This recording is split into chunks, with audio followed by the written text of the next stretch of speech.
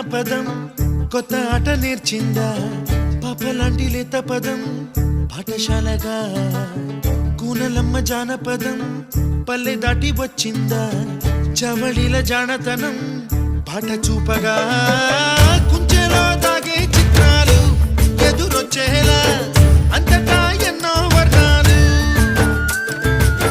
మంచులో దాగే చైత్రాలు బదులిచ్చేలా ఇంతలా ఏవో రాగాలు